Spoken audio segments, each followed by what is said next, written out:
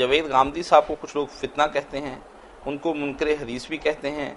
میں ان کے بارے میں آپ کی رائے جاننا چاہتا ہوں، برائے مہربانی مجھے حقیقت واضح کر دیں. غامدی صاحب اور اسی طرح کے دوسرے حضرات جو ہیں نا، ان کے بارے میں بس بنیادی بات یہ سمجھنی چاہیے کہ اسلام جو ہے نا وہ کہیں ہوا میں اڑتا ہوا ہم تک نہیں پہنچا کہ ہم جو جی چاہے اس کی تشریح کریں. خرابی کی جڑ یہی ہے کہ لوگ کتاب لے لیتے ہیں، پھر ڈکشنری کھول لیتے ہیں اور اپنی مرضی سے ان کے معنی کرنا شروع کرتے ہیں. اس سے بجائے اختلاف میں کمی کے اور زیادہ فتنے پیدا ہوتے ہیں.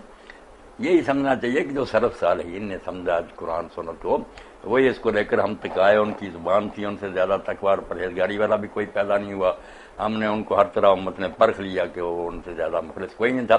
جب وہ ایک بات پر متفق وہ تشریح قرآن حدیث کی کرتے آتے ہوں، اس کے خلاف ایک نئی رائے دینا، یہ اختلافات کو ختم کرنے کے بجائے نئے فتنوں کو جنم دینے والی بات.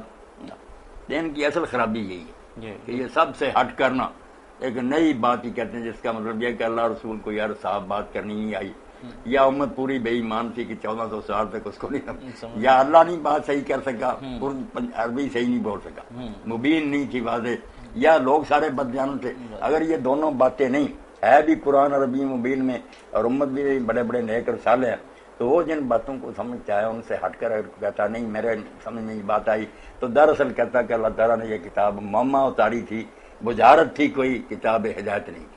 بہت بڑا تان ہے اس سے قرآن پڑھاتا. یہ اپنی جگہ خوش ہوتے ہیں بڑا نقطہ نکالا، مگر یہ پتہ نہیں چلتا کہ اس نقطے سے پھر دین کی جڑ کٹ جاتی ہے کہ اللہ نے یہ دین ہدایت کے لیے اتارا، لوگوں کو نہ بھول بھلائیوں میں ڈالنے کے لیے اتارا. جو اچھے لوگ بھی جن کی زبان تھی عربی وہ بھی نہیں سمجھ سکے.